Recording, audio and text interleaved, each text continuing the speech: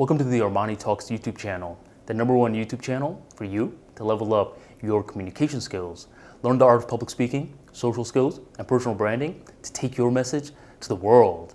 If you're new to this channel, don't forget to hit subscribe right on below for 3 weekly videos on how to become a better communicator.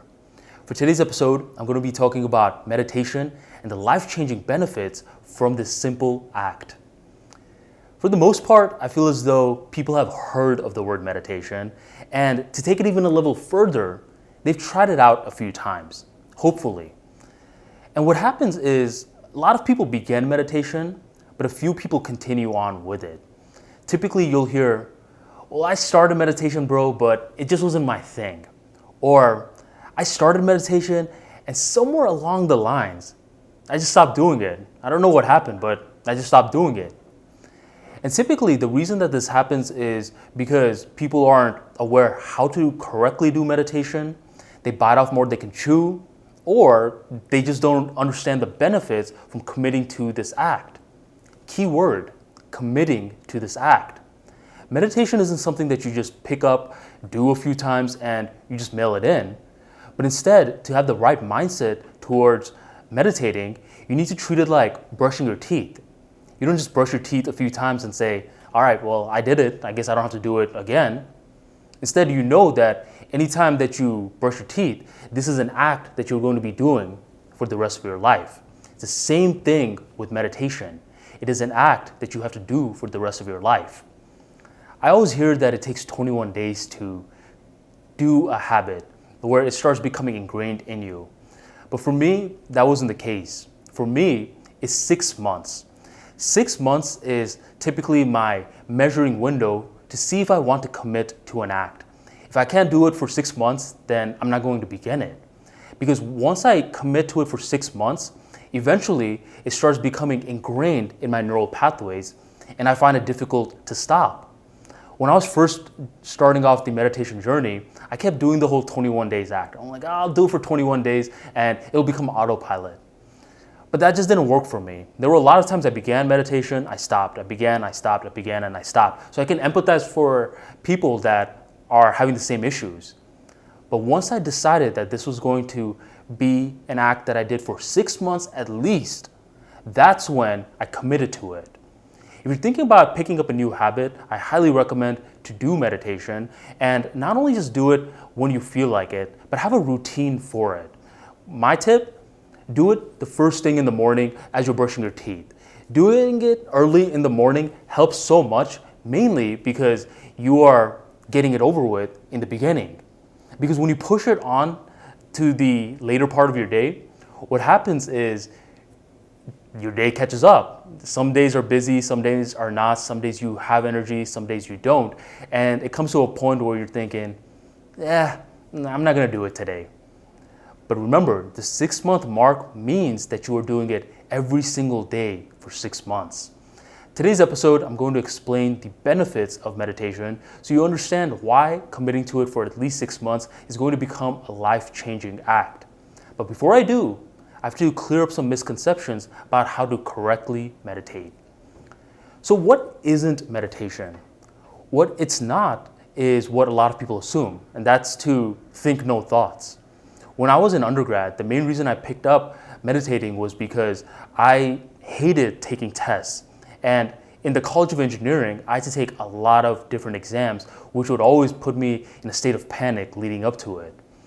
When I started picking up meditation, I got to a point where I was just doing the act, but I was doing it with the wrong intent. I was trying not to think anything. The first 2 to 3 weeks of doing it, I noticed that I was thinking more than ever.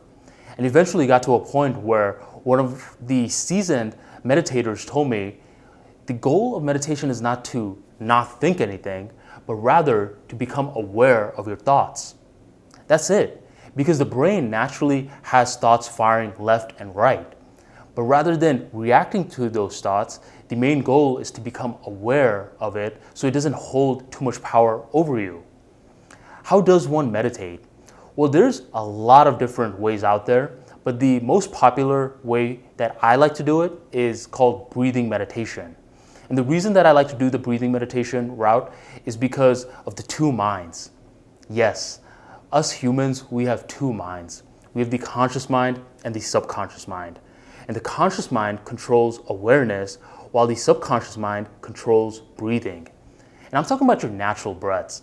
For the most part, we're not thinking about breathing, unless we're very nervous and we're trying to slow our breaths down. Throughout our day-to-day lives, we're just breathing as is. Well, that's a subconscious act at this point. During breathing meditation, you have to use your awareness on the breath. Anytime that your awareness is getting off the breath and focusing on different thoughts, you have to bring it back to the breath. This is huge because this time you're using the awareness from the conscious mind and you're bridging it with the breath from the subconscious mind. And right there, that bridge, it builds a strong awareness muscle. That's the main purpose of meditation, to become more aware. It's a workout for your internal world.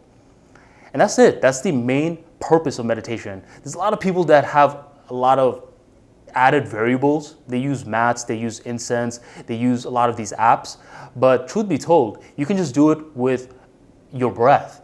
And if you don't want to use your breath, you can just pick another target to become aware of. And any time that you lose focus of that target due to your thoughts, you gently bring it back. You can't be like, man, I can't believe I lost focus of the target, because then you're identifying too much with the thoughts. Instead, you need to non-judgmentally bring it back to your target. And these little micro reps, every single time that you are aware, you start building the awareness muscle and you become stronger and stronger and stronger internally. Which leads me to the 4 benefits of meditation. The first one is thick skin. You probably weren't expecting that, were you? You were probably expecting something like calmness. Yeah, you will be calm, but a byproduct is thick skin. Thin skin is when the external world is stronger than the internal world. Thick skin is when the internal world is stronger than the external world. The reason that meditation builds thick skin is because you are enhancing your awareness, and the more aware that you become, the more whole that you feel as a person. Your internal world feels strengthened. A lot of us, we go to the gym, we work out, we lift weights, but meditation is lifting weights for the mind. So you start working out your internal world and you're making it stronger and stronger and stronger, which typically leaves thick skin as a byproduct. And the thicker the skin, the less the stress. So overall, calmness is a byproduct of the thick skin, which is huge, especially in today's era where a lot of things outside of our control are happening. And it's very easy to become so consumed with that you just lose your productivity and you just go into a worrying frenzy. Meditation is an act that will allow you to stay calm and be thick-skinned during these troubling times. So that's the first one, the ability to have thick skin. The second one is the ability to focus. In terms of communication skills, focus never hurts. When you say paying attention, we strategically use the word paying because you're giving them your most precious resource. Anytime you're having a conversation, you can say all the wrong things in the world, but as long as you're paying attention, the other person will like you more than if you're saying all the right things in the world, but you're not paying attention. That's how social skills work. So if you want to become more focused and more present in the moment, then meditation will serve as a huge benefit. This helps you out tremendously, especially for public speaking as well. And you may be wondering, public speaking, what does focus have to do with that? It has a lot to do with it because in your audience, there's going to be so many different faces. And it's a fool's wish to assume that everyone in the audience is just going to be paying attention with full enthusiasm. Instead, in a real world setting, there's a lot of people that are going to be paying attention, and there's going to be a lot of people that aren't going to be paying attention. As a beginner speaker, typically you'll have the tendency to focus on the people that aren't paying attention. That's just how the brain is. The brain naturally is very negative leaning. And if you constantly keep on focusing on the people that aren't paying attention, then you're going to lose enthusiasm. You're going to feel discouraged. And you're going to completely undermine the people that are focused, that are enthusiastically listening. So being able to control your focus is huge in terms of just being a better communicator, and more confident as a whole. The third benefit is that you become more creative. Humans, we're naturally very imaginative creatures, but you have to ask yourself, is the imagination helping you out, or is it self-destructing you? Because imagination is just potential energy. How you use it is completely dependent upon you. Because when you worry a little too much, that's you using imagination. You're creating images that have not happened before, but you're just doing it in a negative light. You're not helping yourself out. So I will say that worrying with your imagination is sort of like buying an iPad and using it as a coaster.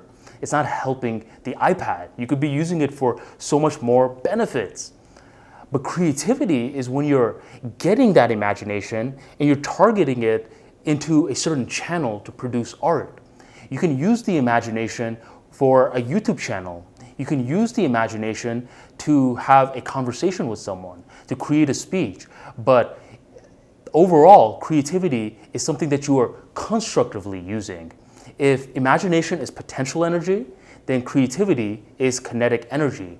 And the more that you start becoming a meditator, what you'll start to realize is that the average human has over 30,000 thoughts per day. And when your thoughts are disjointed and all over the place, you get anxiety. But when you are able to connect the thoughts into practical solutions, you get creativity. Meditation helps with that tremendously. And the fourth benefit is that it's a cornerstone habit. What exactly is a cornerstone habit? Well, cornerstone habit are one of those habits where once you pick it up, it starts a chain of productivity in other parts of your life. For example, say you pick up going to the gym and lifting weights.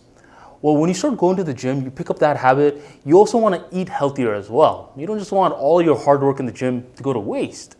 So you start eating healthier. That's another habit that you picked up. And as you pick up the ability to eat healthier, you'll notice that you also want to make sure you get your correct amount of sleep. You don't want to skimp on your sleep now. So at this point, you're also getting your 7 to 8 hours of sleep. Simply the act of working out started 2 more habits in the process. Meditation is one of those acts as well. Just like working out is a workout for your physical body, meditation is a workout for your mind. And when you do that, you become more focused, you become more creative. These are just emergent properties, but you become more confident as a whole. When your body feels all out of whack, when you don't feel like you even know yourself, that's when you have a poor self-belief. And it's the belief that you have that allows you to have faith in yourself. If you don't have much belief because you don't take time to build any form of skill sets and you let your thoughts identify you, then you're going to have a very low self-image. But instead, if you take the time to meditate every single day for at least 2 minutes, anyone can do that, just for 2 minutes, then eventually you start to detach less and less and less from the thoughts and you become more present in the moment. Simply becoming more present in the moment leads to a chain effect depending on your life. So overall, meditation has so many different benefits. You become more creative, it's a cornerstone habit, you become thick-skinned, you improve your focus. But all this doesn't matter until you start committing to the act for at least 6 months. Why do I bring up meditation in a channel that's dedicated for communication skills? Because if you were to ask me, what is it that helped you the most to become a better communicator? I would attribute most of the success to this act in itself. It starts off a chain effect that you need to be able to commit to see. Don't be a statistic that starts off but doesn't finish, but rather be the rare few that commits, that ingrains the neural pathways, and it comes to a point where when you don't meditate, you feel like something's wrong. Just like when you don't brush your teeth, you could tell something's wrong. You need to have the same mentality towards meditation. Keep on practicing, keep on building the reps, and wait for the emergent properties to start blossoming out of the blue moon. Thank you for joining the ArmaniTalks YouTube channel, and I'll catch you on the next episode.